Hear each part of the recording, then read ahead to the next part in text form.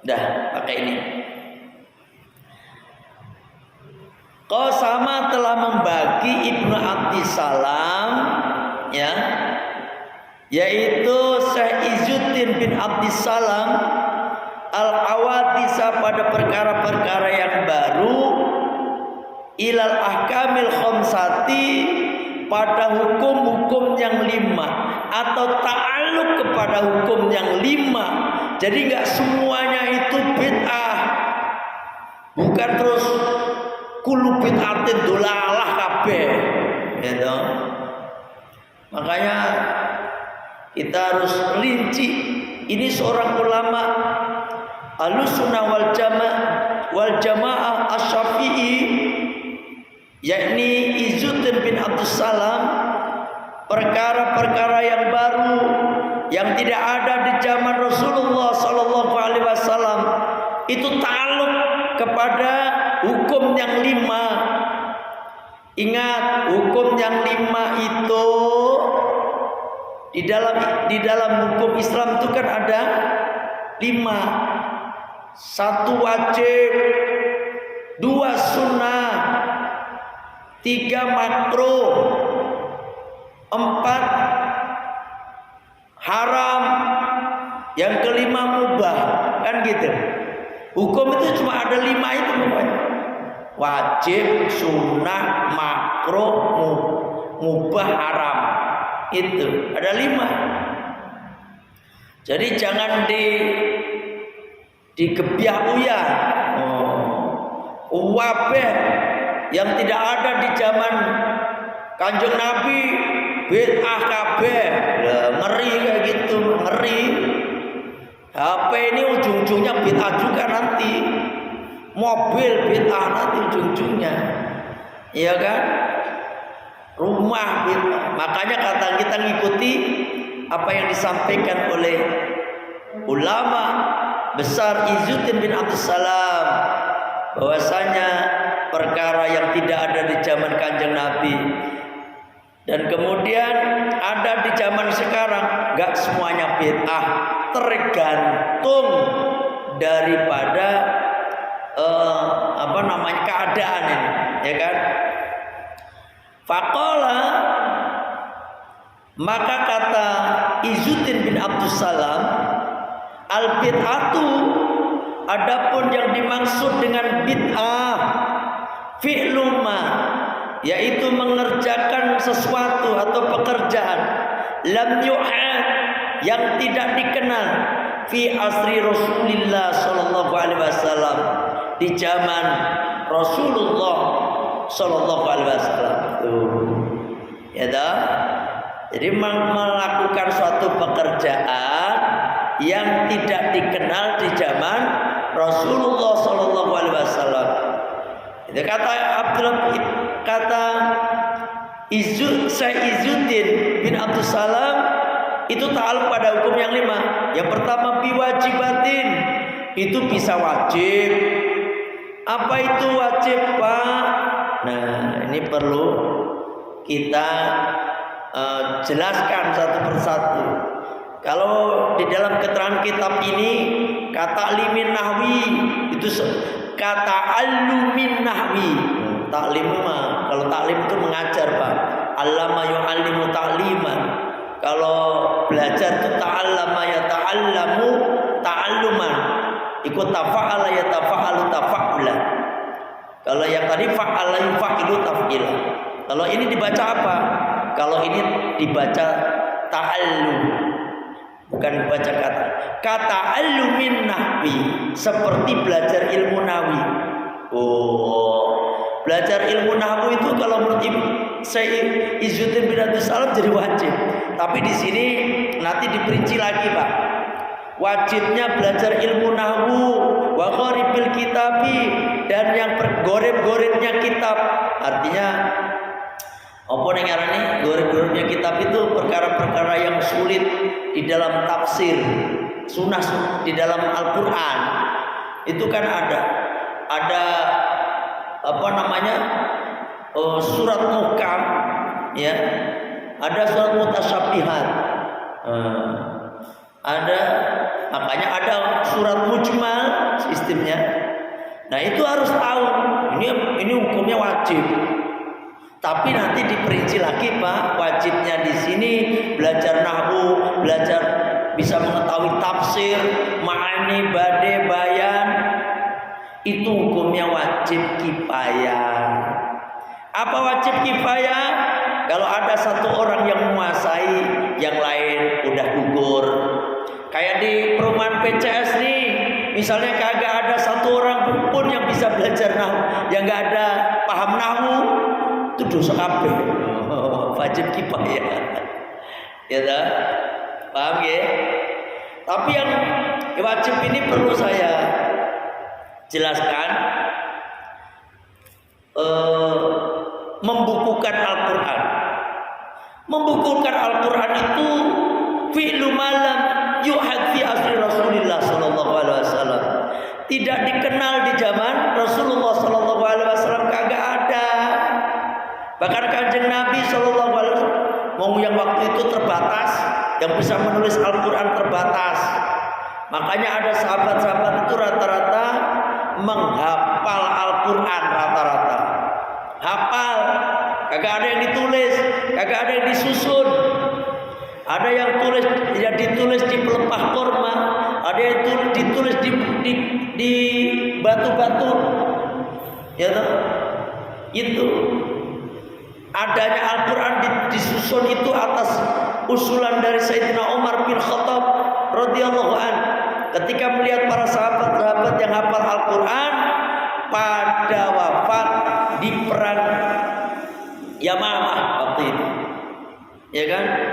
Masya Allah, banyak sahabat yang Al-Quran banyak yang meninggal. Akhirnya Sayyidina Umar bin Khattab usul kepada Sayyidina Abu Bakar waktu itu khalifahnya, wahai khalifah, kita harus membentuk tim apaan?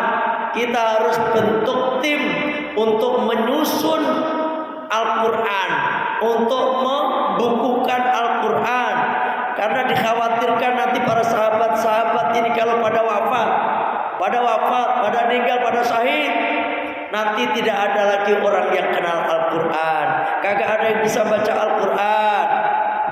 Kata Sayyidina Abu Bakar, wahai Umar, lebih memindahkan, ya kan, memindahkan gunung, apa itu istilahnya, dari satu tempat ke tempat yang lain itu lebih ringan daripada melakukan suatu perkara yang tidak diperintahkan oleh Rasulullah dan tidak pernah diajarkan oleh Rasulullah. Akhirnya ditekan terus Sayyidina Abu Bakar oleh Sayyidina Umar, terus saja. Akhirnya barulah Sayyidina Abu Bakar As-Siddiq radhiyallahu an, beliau baru menyetujui. Gitu. Akhirnya disusun Pak, disusun. Setelah disusun, siapa yang sebagai ketuanya? Di antaranya Zaid bin Sabit, orang yang pintar nulis saat itu, sekretarisnya Rasulullah. Disusun, jadilah satu kitab Al-Quran yang dibukukan. Tapi di situ tulisannya kagak ada yang namanya fathah, kasroh, dhammah, nggak ada. Kagak ada titik, kagak ada. Kayak tak di atas, titik 2 di atas, ya, ba titik 1 di bawah, sa titik 3 di atas, ya titik 2 di bawah, kagak ada. Gini luker-luker doang pokoknya, ya kan? Sehingga akhirnya itu disimpan di Asma binti Abu Bakar, yang setelah itu kemudian disempurnakan oleh Sayyidina Utsman bin Affan. Nah, membukukan Al-Quran ini perkara wajib Pak. Kalau kagak dibukukan Al-Quran, wassalam kita nih. Wah, sekarang ada Al-Quran aja ada yang nggak bisa baca Al-Quran. Ada, angel. Nih, nanti mau saya, tapi belajarnya malam. Yang jamaah-jamaah saya yang belum bisa baca Al-Quran, mau nanti saya kasih waktu, kalau nggak pagi malam, jam 10 ke atas. Ada yang mau nggak gitu ya? Karena waktu saya cuma ada gitu, ya kan? Gratis. Itu kasihan banget. Mana ada masih banyak orang yang belum bisa baca Al-Quran. Oh, saya bisa baca Al-Quran, tapi grotal gradul. Nah, itu belajar juga. Nanti saya kelas-kelas. Ya nggak paham tajwidnya, nanti saya baru mau nyusun waktunya. Saya pakai metode Al-Islah. Insya Allah 10 kali pertemuan doang udah bisa baca Al-Quran dengan benar. Insya Allah. Belajarnya paling tidak sejam, 2 jam. Sejam lah, 2 jam nanti pusing kepala nisabnya. Ya kan? Yang belum bisa baca Al-Quran nanti didata. Di PCS ada berapa orang nih? Mau saya data. Karena termasuk menjadi tanggung jawab saya itu. Ya kan? Ngaji Al-Quran gak bisa, Islam bahasa Inggris yang ngisi nih, itu ngerakeun, bahasa mana itu ngerakeun? Sunda, ya toh. Makanya siapa yang belum bisa baca Al-Quran siap-siap, nanti saya akan bikin satu jam khusus untuk jamaah yang belum bisa baca Al-Quran. Itu udah dibukukan. Udah ada titiknya, ada patahnya, ada kasrohnya, ada domanya, ada fathah tanwin, ada semuanya. Ada kayak yang belum bisa baca Al-Quran. Apalagi kalau kagak dibukukan wassalam, ya kan? Paham ini? Itu wajib hukumnya, wajib. Terus yang kedua, apalagi perkara wajib teman. Saat bukan Al-Quran, ya paling yang wajib itu yang saya tahu, ya kan? Apa bid'ah wajib? Bid'ah wajib itu bid'ah yang harus dilakukan, ya toh? Terus mana terima? Wa nahwihima dan semisalnya, mima dari perkara ya tawaqqafu, ya fahum asy-syari'ah fihim asy-syari'atu alaihi. Jadi yang berkenaan, ya, yang berkenaan dengan syariat, belajar syariat dan mengajarkan. Kayak Al-Quran itu katakan Nabi apa? Khairukum man ta'allama al-Qur'an wa 'allamahu. Sebaik-baiknya kalian tuh orang yang mengajar orang yang belajar Al-Qur'an dan mengajarkannya. Itu. Makanya jangan remehkan Pak orang yang ngajar Al-Qur'an itu. Yang ngajar alif ba ta itu. Itu jangan remehkan, tuh pahalanya gede.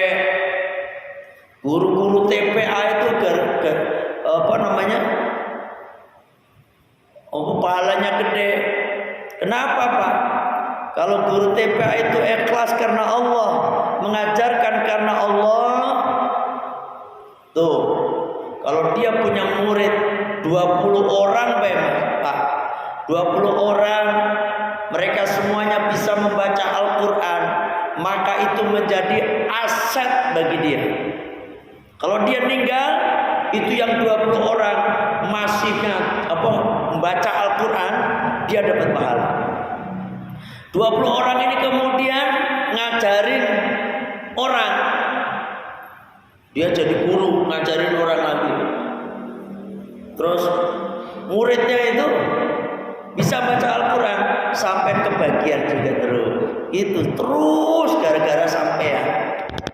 Makanya nanti yang belum bisa baca Al-Quran di PCS ini pokoknya siapa pe? Tapi belajarnya malam Pak, sama pagi. Rencananya begitu. Ya nggak bisa malam ya pagi. Malam saya bisanya itu jam 10 pulang ngaji rutin kayak gini, ya kan? Siapa pe? Gratis dengan metode cepat, insya Allah ya. Nanti siapapun boleh daftar, insya Allah ya.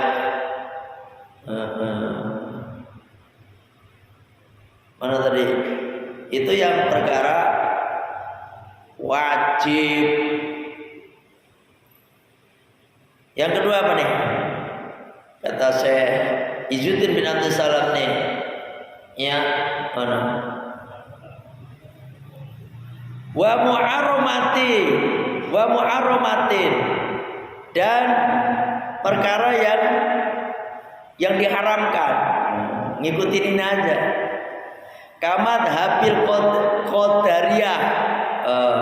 Ini madhab qadariyah. Madhab qadariyah itu gini Pak. Kita itu usaha sendiri, ya kan? Usaha sendiri. Allah itu enggak campur tangan. Wal jabariyah ini sebaliknya. Orang itu apa kata Allah. Nah, kalau Ahlussunnah wal Jamaah ngambil pertengahan. Ahlussunnah wal Jamaah. Jadi kita berusaha tetap nanti apa namanya berhasil atau tidaknya itu urusan Allah. Nah, gitu kalau Ahlussunnah wal Jamaah. Enggak semuanya. Kalau qadariyah itu pokoknya orang udah usaha, kalau enggak usaha ya enggak makan istilahnya begitu. Kalau Jabariyah itu orang itu udah seperti wayang. Apa kata pangeran gitu, apa kata Allah, wis moro boyo Allah gitu. Mau meneng bae. Mau sepenting mau makan pasti dikasih makan sama Allah, meneng bae. Kayak gitu. Nah kalau yang qadariyah tadi gini Pak, apa namanya tadi? Dia usaha tanpa ini sama Allah. Ini dua-duanya sesat ini, ya. Perkara-perkara yang haram. Kalau tadi kan wajib terus haram. Haram lagi itu yang tidak ada zaman Kanjeng Nabi, tetapi ada di zaman sekarang. Seperti apa Pak? Apa namanya itu? Kayak bikin minum-minuman keras. Minum-minuman keras, khamr, ya, yang dikasih nama-nama itu kan zaman Kanjeng Nabi kagak ada, ya toh? Kayak ekstasi itu, kullu muskirin haram.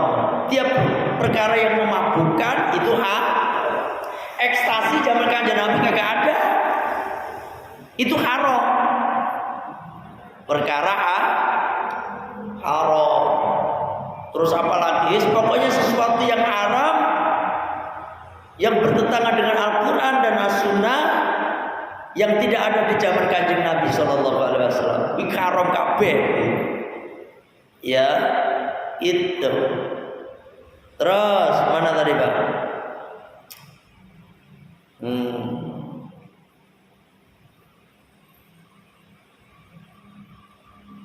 Wa mandubatin dan ada perkara sunnah, ya, kaidah tiribati seperti bangun pondok, wal madarisi dan membangun sekolahan, itu sunnah Pak.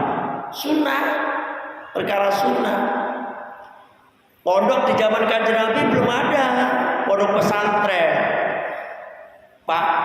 Negara yang terbesar pondok pesantrennya, terbanyak pondok pesantrennya, tak lain dan tak bukan adalah Indonesia. Sebagaimana organisasi terbesar di dunia, terbesar di Indonesia sekaligus terbesar di dunia, Nahdlatul Ulama NU. Itu Pak. Pondok pesantren yang besar-besar itu rata-rata kiai-kiai NU yang punya. Mana? Lirboyo santrinya sekarang kurang lebih 40.000 orang. Satu pesantren gitu. Belum Tepu Ireng, belum Langitan, belum Sidogiri. Ya toh? Itu semua pesantren-pesantren di Nusantara ini banyak santri. Iya kan? Ini perkara bid'ah, tapi mandubah, disunahkan. Di zaman Kanjeng Nabi belum ada pesantren, ya kan? Makanya sekarang ada pesantren. Itu terperkara sunnah. Salah satu contoh lagi perkara sunnah, sholat taraweh. Sholat taraweh di zaman Kanjeng Nabi kagak ada sholat taraweh yang dilakukan berterus-terusan 1 bulan penuh. Kanjeng Nabi kan cuma 2 malam, kesananya kagak ada. Ya, karena khawatir Kanjeng Nabi itu sholat taraweh nanti diwajibkan. Kemudian di zaman Sayyidina Umar bin Khattab itu di sholat taraweh dilaksanakan berjamaah, dipimpin oleh satu imam saat itu, yaitu Ubay bin Ka'ab. Jadi imam. Berapa rakaat? 20 rakaat selama 1 bulan penuh. Oh, itu juga perkara itu bid'ah sunnah. Gitu loh Pak. Ya, bid'ah sunnah. Bid'ah sunnah itu. Apalagi yang bid'ah sunnah Pak, perkara yang tidak ada di zaman Kanjeng Nabi, kemudian ada di zaman kita. Adzan 2 kali. Adzan 2 kali. Ini kalau NO itu pasti adzannya 2 kali. Adzan Jumat 2 kali maksudnya. Adzan Jumat 2 kali itu perkara bid'ah sunnah. Zaman Kanjeng Nabi kan enggak langsung adzan. Zaman Sayyidina Utsman bin Affan, karena masyarakat penduduk Muslim udah mulai banyak, maka ada adzan 2 kali. Adzan pertama orang biar berjaga-jaga cepat pergi ke masjid. Setelah kumpul semua di masjid, baru adzan kedua. Makanya di Madinah, di Mekah, Makatul Mukarramah, Madinatul Munawwarah, 1 jam sebelum pelaksanaan sholat Jumat ada adzan. Itu perkara apa? Sunnah. Bid'ah juga karena Kanjeng Nabi nggak ngadain. Paham? Begitu. Jangan diantem kabeh bid'ah. Kagak mau adzan 2 kali, jelek-jelekin ujung-ujungnya. Apa kata mereka? Itu yang adzan 2 kali bid'ah, neraka. Astagfirullah. Macam dia yang punya kapling neraka, ya kan? Itu gimana coba? Sholat tarawih 20 rakaat kagak ada di zaman Nabi. Itu orang sok, ya kan? Seterusnya. Jadi perkara sunnah, perkara sunnah itu banyak. Bangun pesantren, bangun sekolahan, apalagi tadi dan lain sebagainya deh. Itu perkara-perkara sunnah. Termasuk bikin jalan tol itu juga sunnah ujung-ujungnya. Jadi sunnah. Kenapa? Untuk membantu orang jadi mudah, ya lah. Wape intinya mah, pokoknya untuk kemaslahatan umum deh. Sesuatu yang untuk kemaslahatan umum jadi sunnah. Gitu Pak. Ono saya takon ya deh. Ada yang nanya?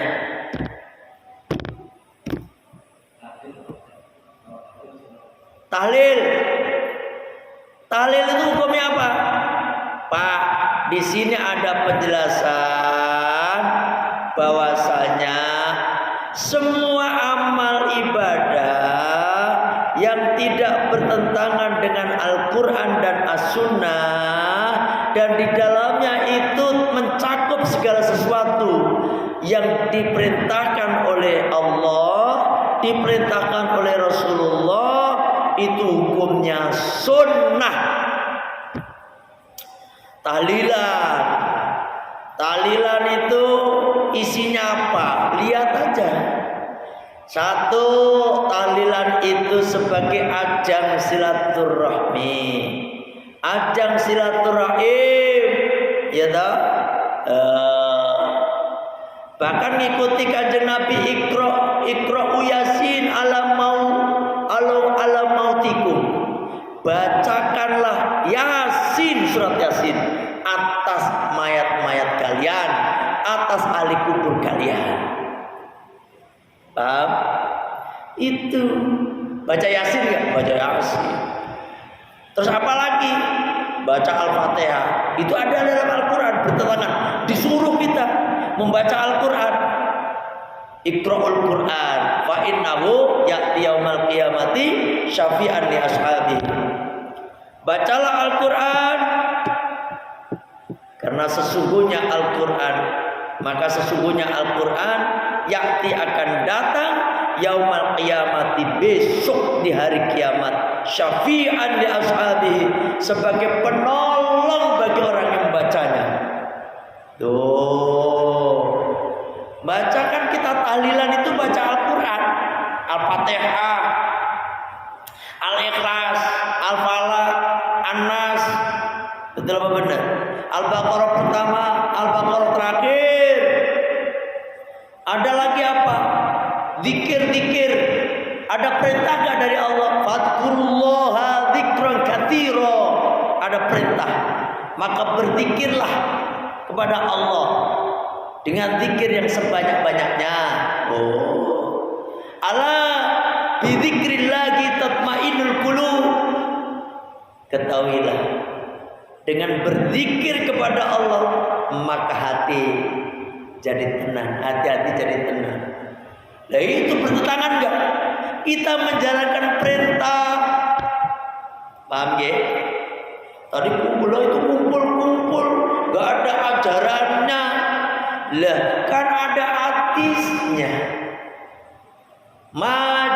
Majalasa qaumun majlisan atau majalisa qaumun majlisan yadkurun Allah, mereka berzikir kepada Allah. Ya, apa?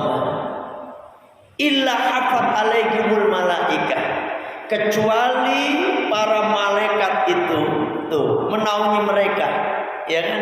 Bersama mereka.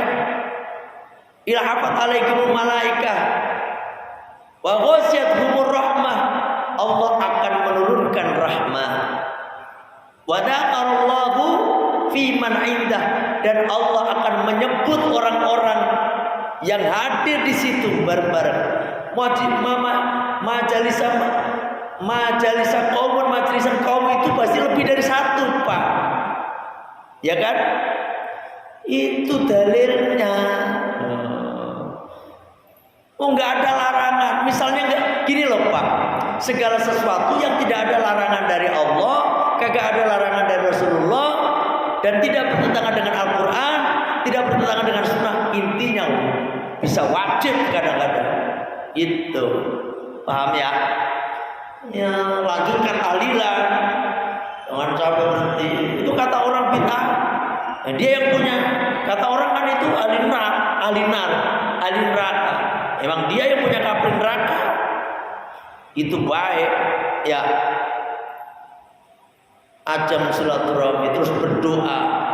Doa itu diperintah oleh Allah, ya toh? Doa banyak perintah-perintahnya, ya kan?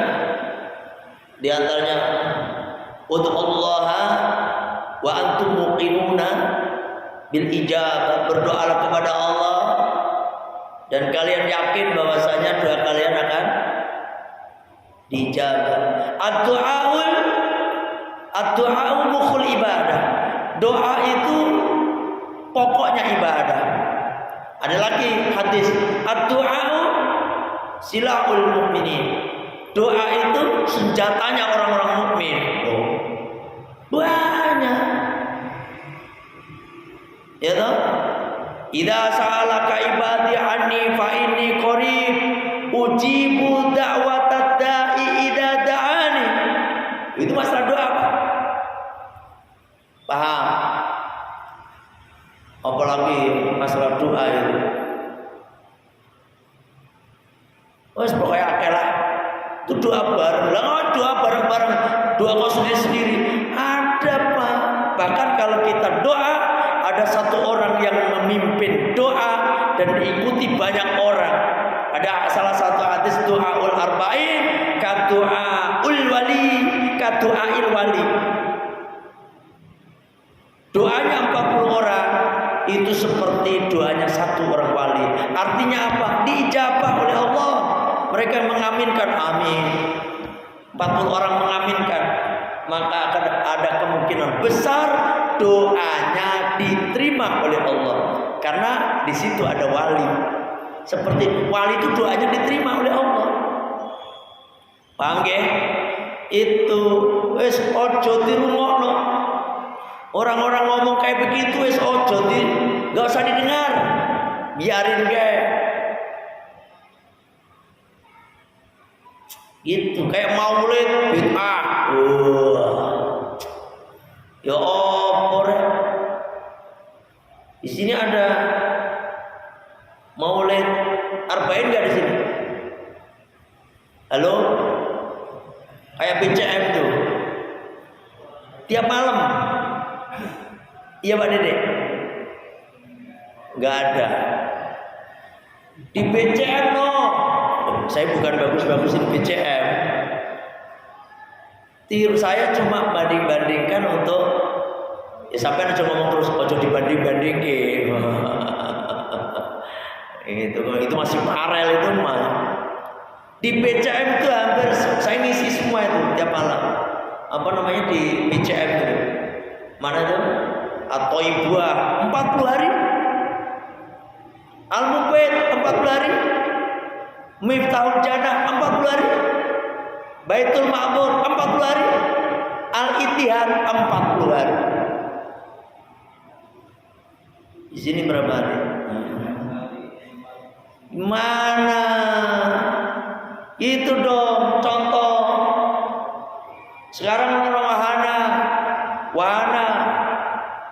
Saya kompor-komporin. Sekarang ngadain arba'in.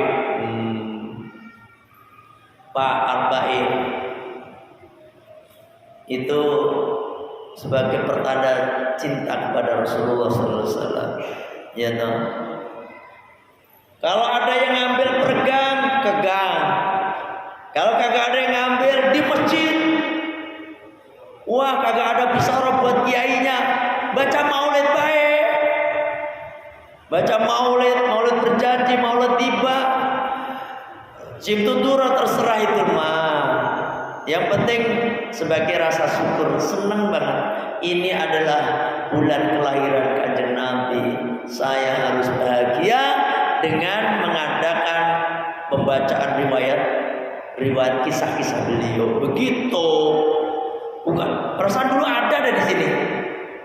Kenapa jadi kagak ada? Ya. Tanyakan pada rumput-rumput yang bergoyang itulah.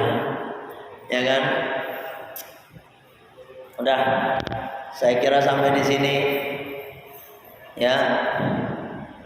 Insyaallah pada berkah, semuanya berkah ya. Insyaallah. Alhamdulillah, kita tutup dengan baca Sayyidul Istighfar. Bismillahirrahmanirrahim. Allahumma anta rabbi la ilaha illa anta khalaqtani wa ana 'abduka wa ana 'ala ahdika wa 'adika mastata'tu a'udzu bika min syarri ma sana'tu abu'u laka bi ni'matika 'alayya wa abu'u bi dhanbi faghfirli fa innahu la yaghfiru dzunuba illa anta astaghfirullahaladzim astaghfirullahaladzim astaghfirullahaladzim subhanaka Allahumma wa bihamdika asyhadu an la ilaha illa anta astaghfiruka wa atubu ilaik. Alhamdulillah, mohon maaf kalau ada kekurangan, ada kekhilafan. Wallahu muwaffiq ila aqwamit thoriq. Assalamualaikum warahmatullahi wabarakatuh.